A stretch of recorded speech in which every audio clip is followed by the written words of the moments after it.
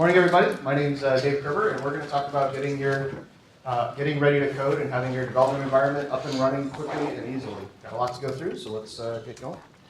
All right, my name is Dave Kerber. I have a wonderful wife waiting for me in Omaha, cheering me on, and I've got a couple daughters and a son on the way this year, so very excited about that. And there's some other information about me as well. All right, so let's talk about the problem. The problem is when you get started at a company or you get started on a slide presentation and the screen disappears, it causes problems. Okay, we're just going to talk through then. When you get started at a company and you're trying to get up and going, or you get started on a new project, trying to get set up, or even if you just, heaven forbid, buy a new laptop, it's hard and it's difficult to get that up to speed. You know, a lot of times you've got undocumented dependencies, things you installed 2 years ago that your project depends on, but you don't remember installing it. Nobody remembers installing it until you see some arcane, confusing error message. You do some Googling, and then you go, oh yes, we have to install X. So, you know, we've all been through that process. If you do have the dependencies listed, sometimes it's not clear how to install them. Particularly when you're using like the Ubuntu world, you've got packages for things that don't work or are out of date, or oh no, you have to download it from this site, or no, you have to run make with this confusing set of arguments behind it to get that to compile. Or if you're lucky enough to have documentation, often it ends up being pretty bad.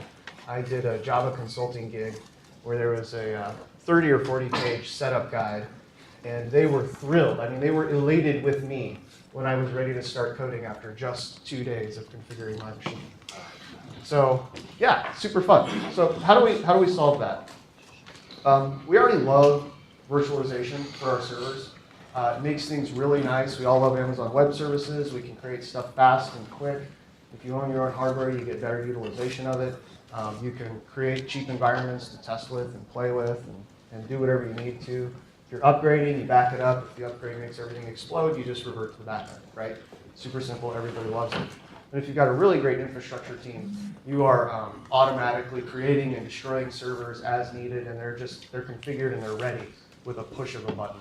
We've got a sysadmin who, when his company does maintenance, his job is to wake up, check the email, and see that everything went okay. So why can't we do that with our development environments? So we're going to talk about that.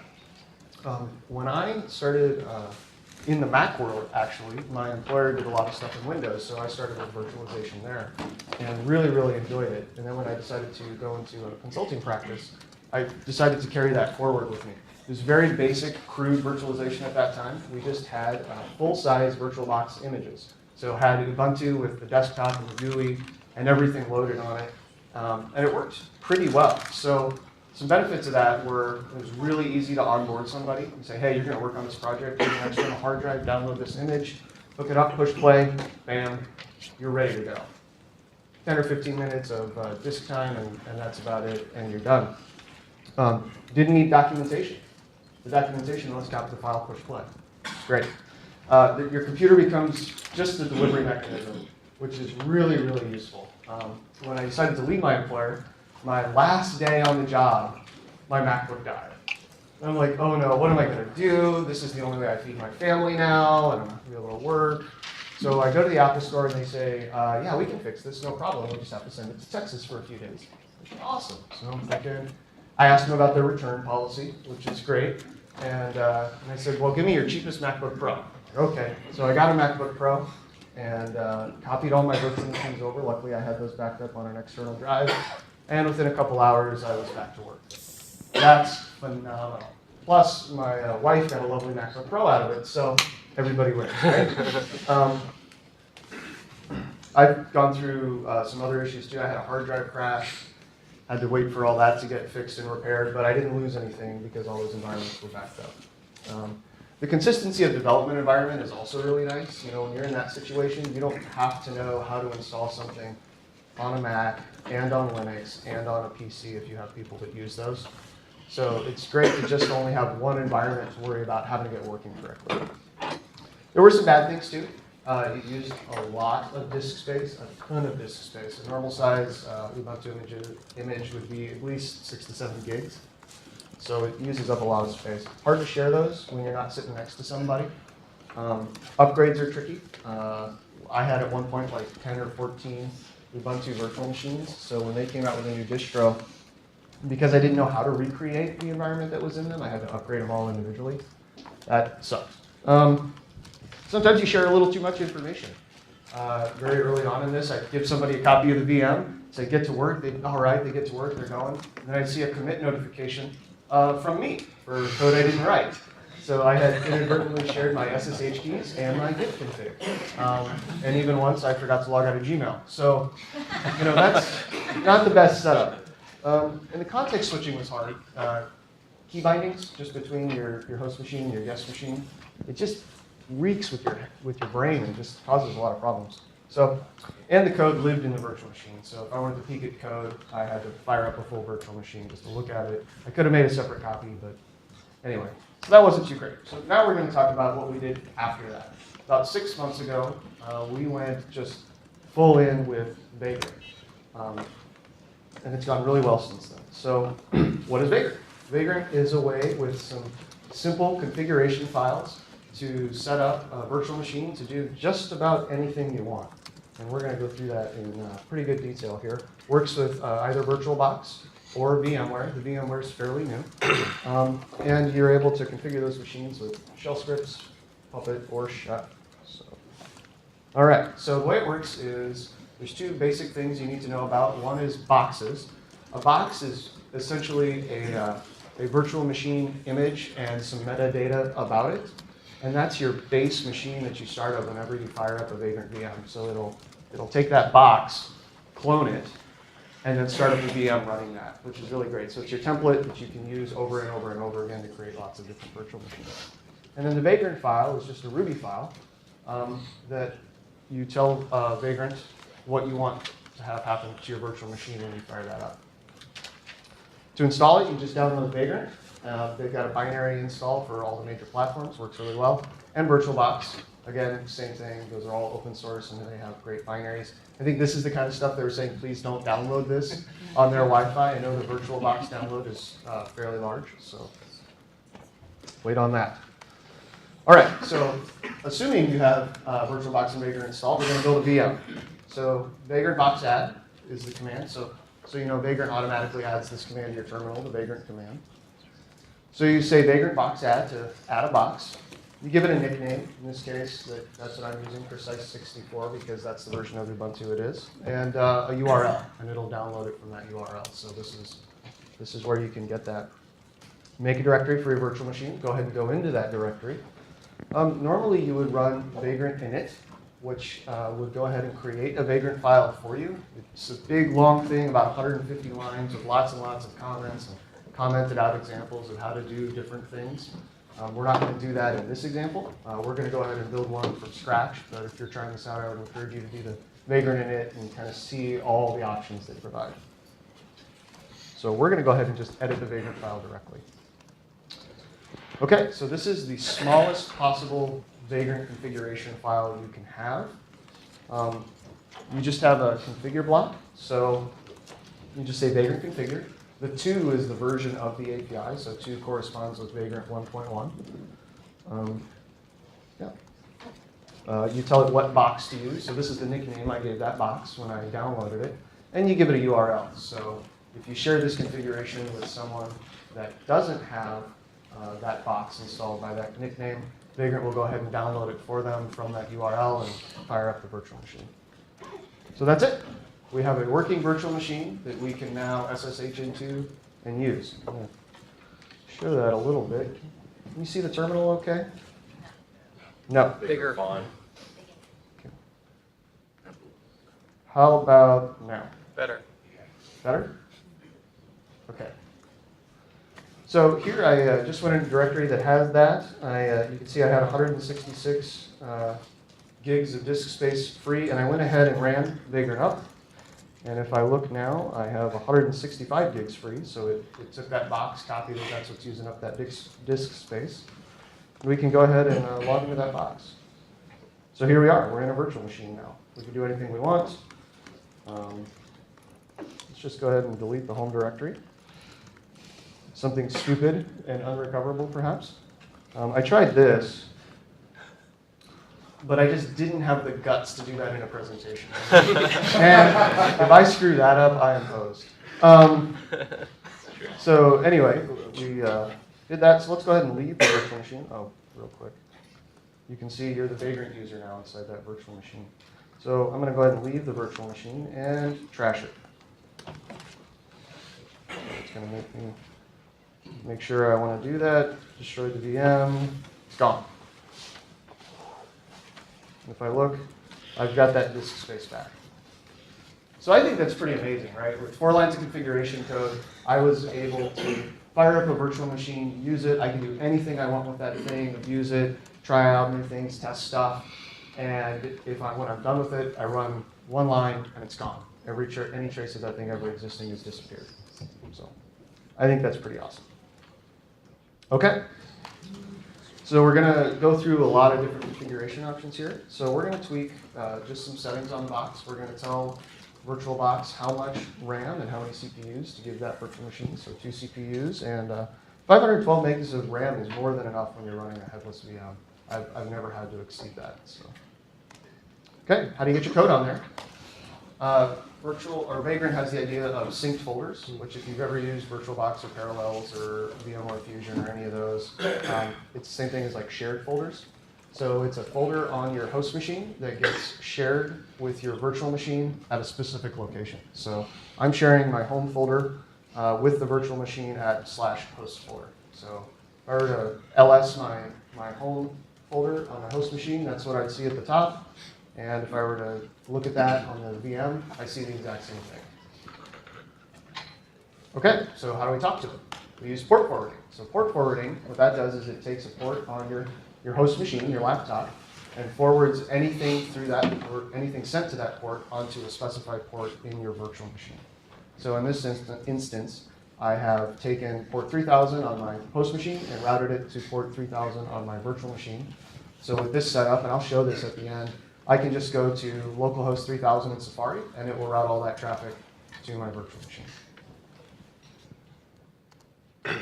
Okay, so we've got that installed, or we've got that set up, but really how do we configure this box? How do we get what we want on it, the juicy, meaty stuff?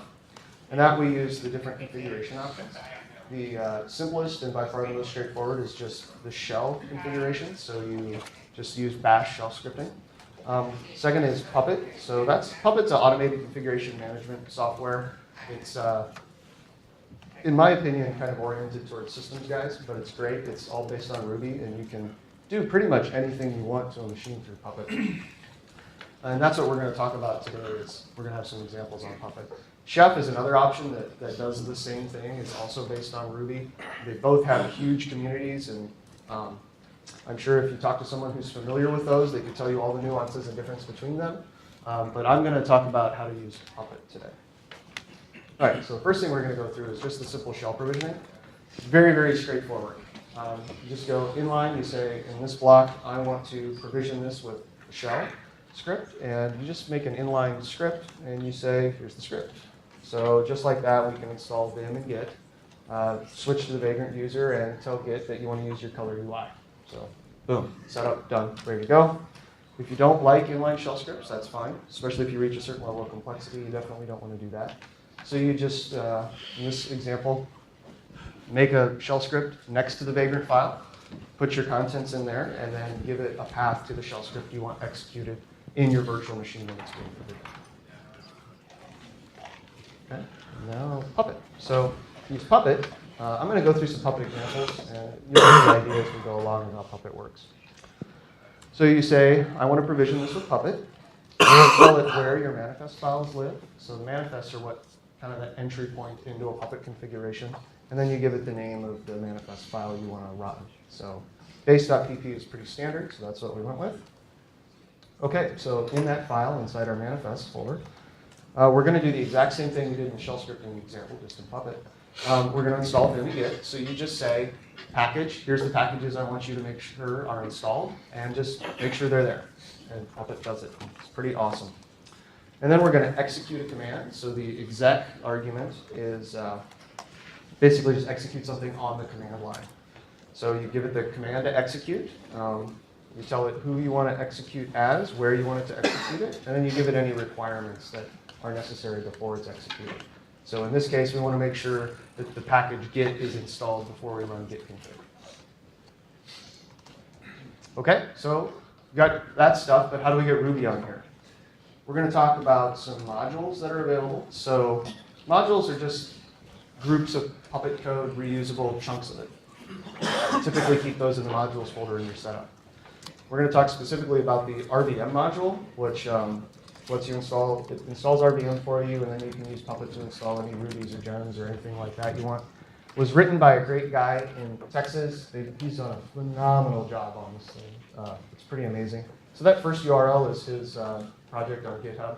The second one is I did fork it and make a slight change to it that I haven't asked him to merge in yet. And basically what happened is the dependencies are changing so fast that the module hasn't quite kept up with what those dependencies are. So in my fork of it, all I did was tell RVM to automatically install any dependencies that are necessary to get Ruby going. So you just make a modules directory, and I recommend using a git submodule to get that going. So you just run that command, and then in your module/RVM will be that RVM module. So here's how we use that.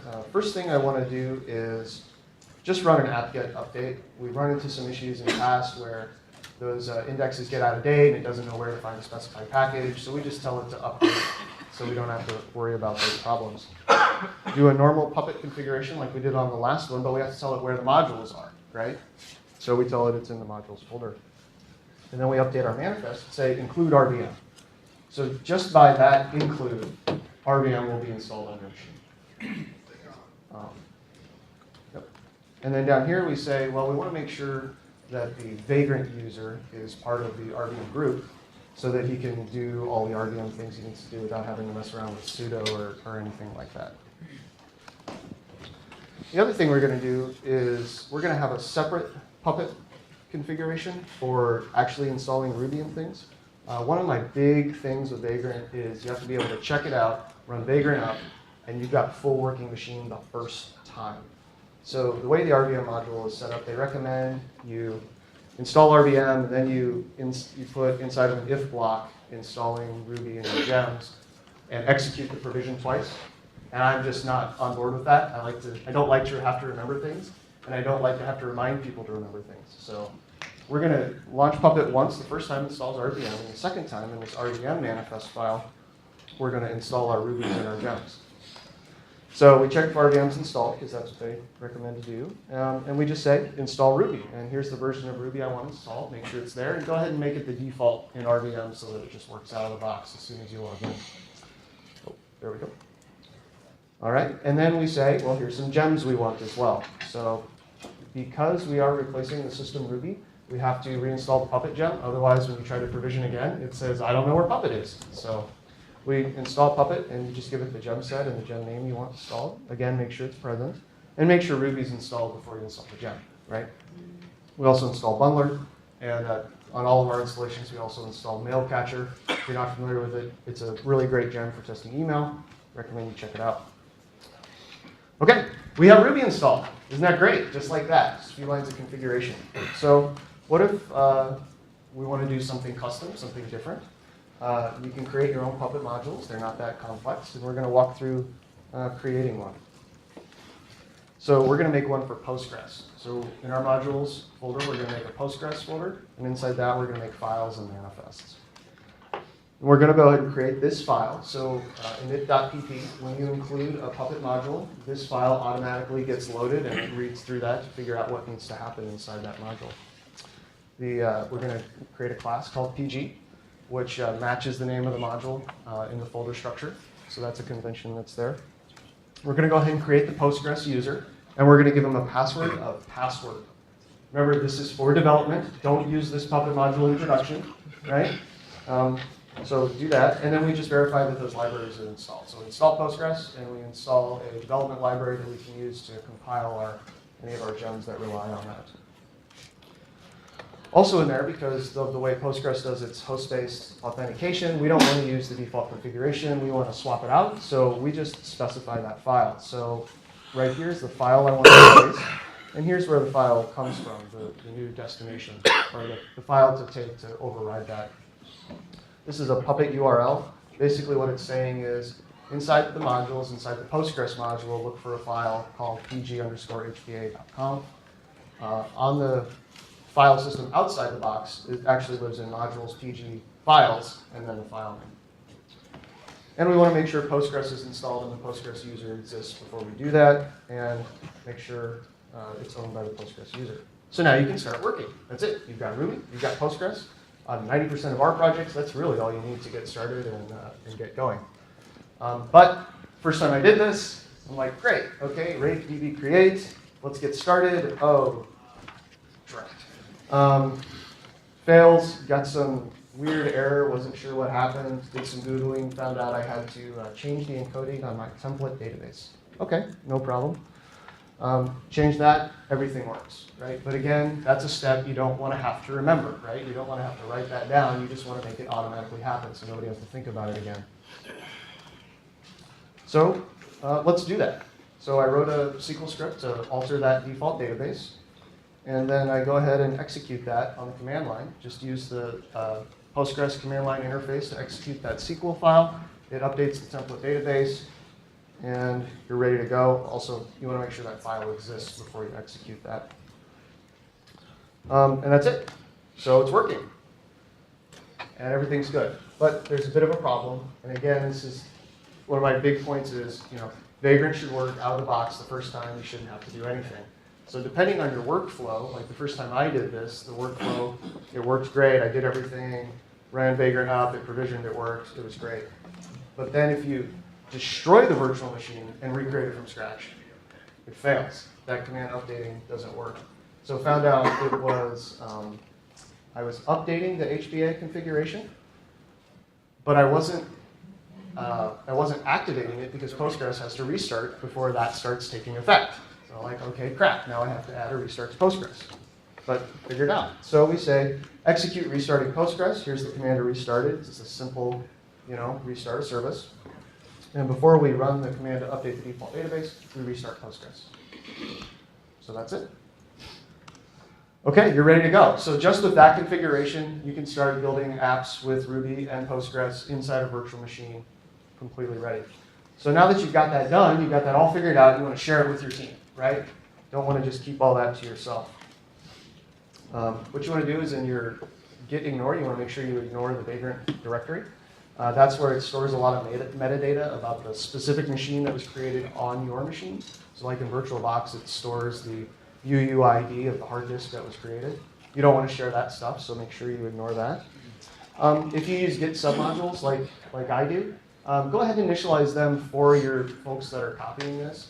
Again, it was just one of those things, I get people going, hey Dave, it's broken, it says RVM module's not there. Oh crap. So just put it in there. We've got the full power of Ruby, so just execute that on the command line when they load the Vagrant file, and you're good to go. Also, not everything's going to be the same from computer to computer, so you want to make sure some of that stuff is configurable. What we decided to do at our office was just go with a convention of, you're going to have in your home folder a vagrant setup.rb file. And in there, you're going to create an object called UserConfig, and it's going to respond to the data_dir method in one way or another. This is just the way I did it. So I give that, and then in the Vagrant file, I check to see if that file exists. If it does, great, let's load it. If it doesn't, let's go ahead and put a default config in place and just set it to the home folder. And then inside your Vagrant block, rather than having like a hard-coded string of this is the folder we're going to share with the VM, you just use whatever that user has configured and put a reasonable default in there. So it's really great. You don't have to be like, oh yeah, hand edit that file because your username is not the same as mine, blah, blah, blah.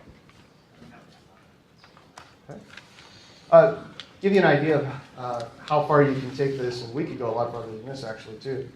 We use this for what folder do you share. My name and email automatically get put into git config, and my SSH keys automatically get copied over, so I can use git and push and pull from outside the VM or inside the VM. It doesn't matter. I don't have to remember where I'm at or where I'm supposed to do it. The startup script is pretty fun too. What that does is it'll take whatever file you specify there, put it in your profile.d on your machine. so that it automatically loads every time you log into that machine. So if you have a list of aliases or shortcuts or things you like to have in your profile, you can put that in there, and then that will automatically get added to all of your virtual machines that you create through Vagrant. Okay, let's do a quick demo. So close that. Let's blow this up. Okay, so I've got the virtual machine config we just walked through. That's what I got up here. So I'm going to go ahead and log into that. Okay, there it is. And I'm going to go to this folder, RMW. And this is a Rails app. And I've got the same Rails app up here in RubyMine, my preferred editor. And you can see on the top here, it's the same folder on the host machine. So let's go ahead and fire this up. We've got the port forwarding on here, so I should be able to. Nothing yet. Got an error, great. Okay, so you can tell by watching the logs that I'm definitely talking to my virtual machine. And it says we love Ruby Midwest, but you know, times change quick. And we just learned about a shiny new thing. So we're going to say we love Vagrant instead, and ta-da, it updates. So just like that, we've got our virtual machine set up, running our Rails app with Postgres. We're editing it in our host machine, and our environment is real quick. Build it, it's done. When you're done with it, shut it down, throw it away, destroy it. Ready to go. Yeah. And in an environment like ours, where we're doing consulting, where we've got 5 or 6 or 7 projects you might be working on, different databases, different versions of those databases, Redis, different versions of Redis, Javas, Gradle, all the different things you need. It's great to have all of that isolated from each other so you don't have to figure out how to make those things all play nice with each other. Okay, so the good parts of Vagrant. All the other benefits of virtualization in terms of the easy sharing and kind of abstracting away the need for a specific machine. Uses very little disk space, super easy to share. The Git configurations are very tiny. It's cheap and easy to create and destroy environments. So if you just want to test something out or do something crazy, you can do that and try it out. And, install anything you want and not worry about it messing up your machine or causing problems or anything like that. You have executable documentation of your configuration requirements. That is huge. That's how you keep up documentation up to date. And no context switching while you're editing and going back and forth. So that's wonderful. A couple things I don't quite like about it yet. Getting the configuration right was really hard to do. Some of the Puppet stuff, I had a little trouble with figuring out. I think the documentation is written for systems guys, not necessarily for programmers. But I was able to kind of muddle my way through it and figure it out. Also, because I am so adamant that you should be able to have nothing and start it up and have it all work correctly, that feedback cycle can get pretty long, right? So depending on what you're installing, you can be installing a lot of things and making sure it all works right. But it's definitely worth it when it's done. Man, when it works, it just works great. Things do change fast. As Rubyists, we all know that, right? Things move quickly and stuff breaks, right? So we initially started down this road. We went all in 6 months ago. A few months into it, our setups just didn't work anymore. So we had to change things and adjust. And sometimes the disk speed is a bit of a problem when you're serving stuff from your VM through shared folders or synced folders.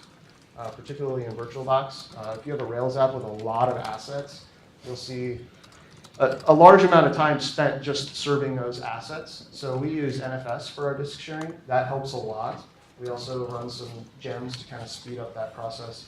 And I'm going to be looking at VMware as well to see how that addresses that problem. So, okay, so we know how to do it. We can go forward and conquer and take this thing over. So I recommend you check out the Vagrant documentation. It's amazing. It's really well done, really well written, great documentation. That GitHub URL is what I just walked you through creating. So it's a whole Vagrant setup. It installs Ruby 193. It installs Postgres 9.1. Sets it all up so you can start using it. You can clone this and in a couple commands have a machine up and running. So there's no reason why everybody here, by the time the weekend isn't over, couldn't download this on a different Wi-Fi network and create a virtual machine configuration that you can take back with you and share and use to get up and working. So that's it for me. Thank you. We've got no time for questions. So thank you very much.